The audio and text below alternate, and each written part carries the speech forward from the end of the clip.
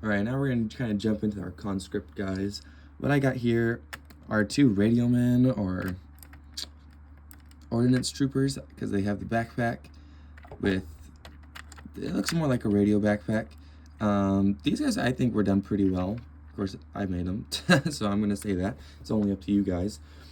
I really like utilizing this ARC Trooper torso piece. This was the only spare that I think I have, and honestly, it actually completes the figure a little bit better. It makes him look more like a radio trooper because he's got the backpack that you need sometimes to get those long distance receives or messages out, and smaller arms, because typically when you're a radio man, you're not going to want carrying around this big old rifle, so they're typically carrying around a smaller gun. Same with this guy. He doesn't have the right helmet. I couldn't find another one of these Hoth Trooper helmets in my stash, so I gave him more like a beanie and then that microphone piece, so it's more hands-free from actually needing to use the walkie-talkie. But I'd say these guys were done pretty well.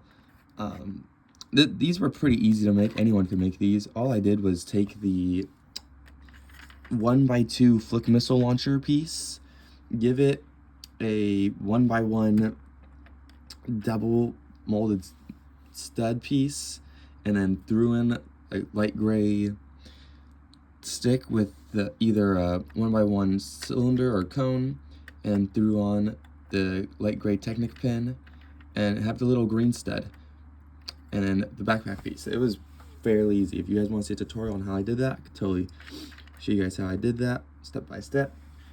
But overall, these guys I'd say were pretty darn good, and some slight coloration to signify that they're not standard clones, they're conscripts. They just were able to get what they could on clone armor. Like, this guy has a gold arm, like, who knows why. It might just be robotic, but these guys overall looked really good.